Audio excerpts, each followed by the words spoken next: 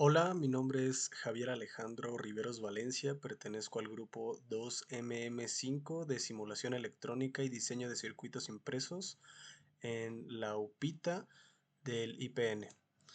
Eh, Hoy lo que les voy a presentar es el método el teorema de Thevenin y el teorema de Norton, ¿no? Bueno, ¿qué nos dice el teorema de Thevenin y Norton y para qué nos sirve en circuitos? Aquí está mal. Es Norton sin H intermedia.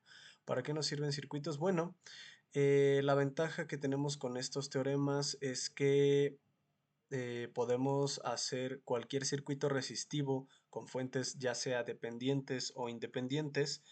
eh, bueno, lo podemos sustituir por un circuito equivalente con una fuente y una sola resistencia, esto visto desde una resistencia de carga, o sea que podemos seleccionar cualquier resistencia de nuestro circuito, hacerla la resistencia de carga y de ahí poder aplicar el teorema de Thevenin o de Norton respectivamente. ¿Qué conlleva cada uno? Bueno, el de Thevenin nos dice que cualquier circuito lineal que contenga varios voltajes y resistencias puede ser reemplazado por una sola tensión en serie con una sola resistencia conectada a través de la carga.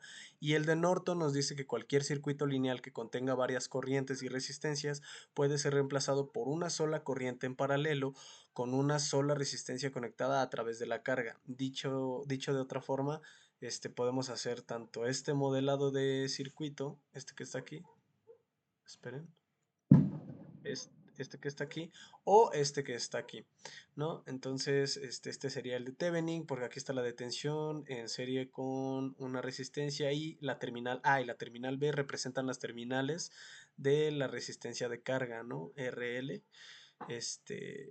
Y pues bueno, este sería el de Norton. Aquí lo que estamos utilizando es la conductancia en vez de la resistencia, que básicamente es solo la inversa de la resistencia, ¿no?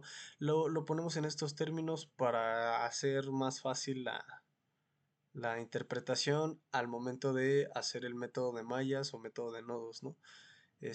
Pero bueno, aquí ya después de haber explicado esto, vámonos con la gráfica de carga o la recta de carga. ¿Qué significa esto? Bueno, quiere decir que eh, en un circuito vamos a tener o bueno, en la resistencia de carga, más bien, de un circuito, vamos a tener un voltaje de salida y una corriente de salida.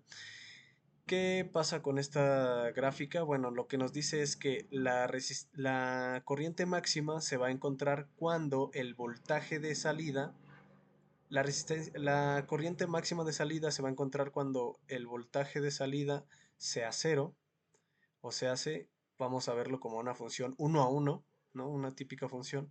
Si aquí ponemos el cero, en esta parte de aquí tenemos V0, que es el voltaje de salida igual a cero, y aquí tenemos o vemos que existe una corriente máxima. Caso contrario con el voltaje máximo, cuando tenemos una corriente es igual a cero, repito, aquí supongamos que es el cero, eh, bueno, no supongamos, aquí es el cero, este es el cero, de hecho lo voy a dibujar.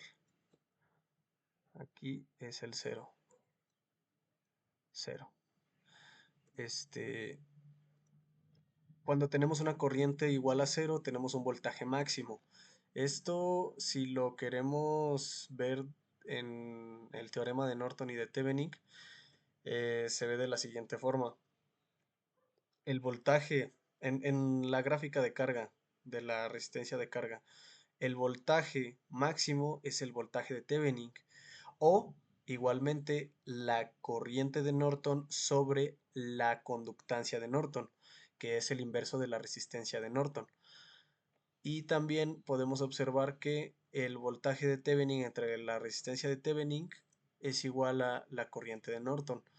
O sea que la corriente máxima es la corriente de Norton y la corriente y el voltaje máximo es el voltaje de Thevenin y podemos hacer estas relaciones o equivalencias que se muestran a continuación. Si queremos que sean equivalentes, la corriente máxima es igual al voltaje de Thevenin entre la resistencia de Thevenin o esto es igual a la corriente de Norton y el voltaje máximo es igual al voltaje de Thevenin o igual a la corriente de Norton entre la conductancia de Norton.